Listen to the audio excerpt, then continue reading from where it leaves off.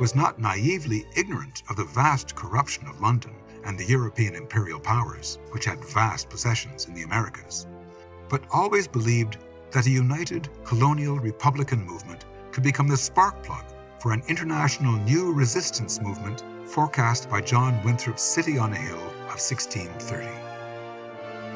This was the belief that underlay Franklin's 1769 message to Lord Kaimes, which has confused so many modern scholars, as Franklin says,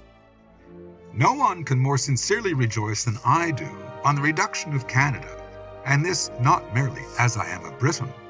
I have long been of opinion that the foundations to the future grandeur and stability of the British Empire lie in America, and though, like other foundations, they are low and little now, they are nevertheless broad and strong enough to support the greatest political structure that human wisdom ever erected." When it became clear that the British aristocracy was intent on crushing Franklin's dreams of emancipation by the early 1770s, Franklin began devoting all his energy towards a full revolution from the mother country, and French Canada was always a high prize. Since British abuses of the French population ran rampant, and sympathy for the Republican cause was widespread among Quebec subjects, though not among the feudal elite, Franklin and others believed that Quebec's eventual participation would not be a difficult affair. By 1774,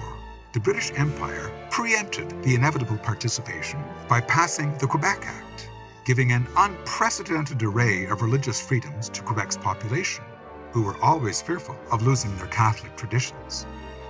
These freedoms came, however, at the cost of unquestioned loyalty to the Crown and to accept never having representative government, only Crown appointees. The Jesuit-run clergy elite were overjoyed to keep their hold on the population, tithes, and still enjoy revenue of the human cows on their lands. As an additional insurance, the Church, under the control of Bishop Briand, ensured that any subject who joined Washington's rebellion would be excommunicated on the spot and thus burn in hellfire for eternity. Ordering all parishes to accept the reign of King George, Bishop Briand stated, "The God of armies, who extends or restricts at his pleasure the boundaries of empires, having by his eternal decrees put us under the domination of his Britannic Majesty, it is our duty, based on natural law, to be interested in all that concerns him. We order you to submit to the King and to all those who share his authority." A particularly dangerous part of the Quebec Act was the extension of Quebec's Crown-controlled lands down into the Ohio River, fully encircling the 13 colonies and making them subject to nonlinear attacks by Jesuit-run natives. While the native population was highly wronged by all sides at different times during this conflict, the British and Jesuit collaborators used the most refined techniques of manipulation and have continued to do so to the present day.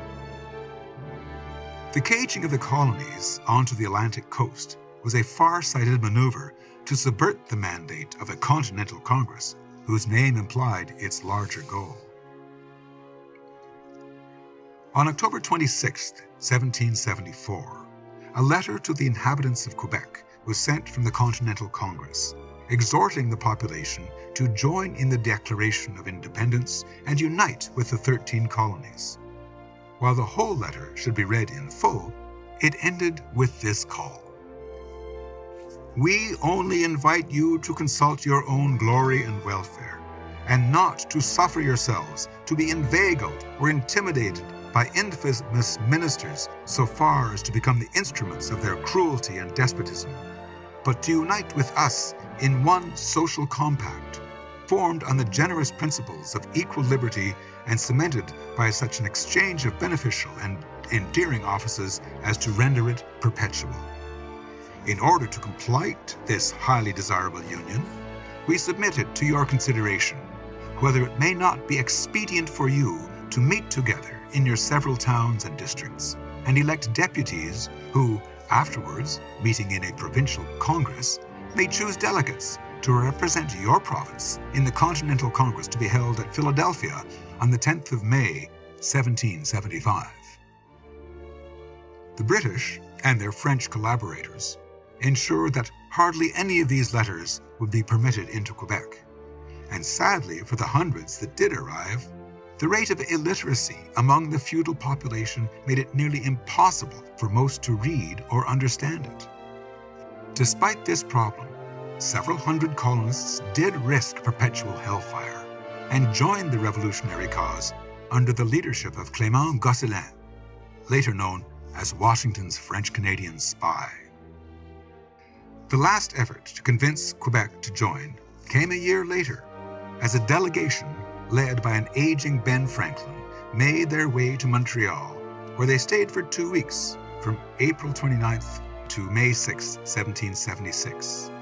The Continental Congress had given Franklin the following instructions.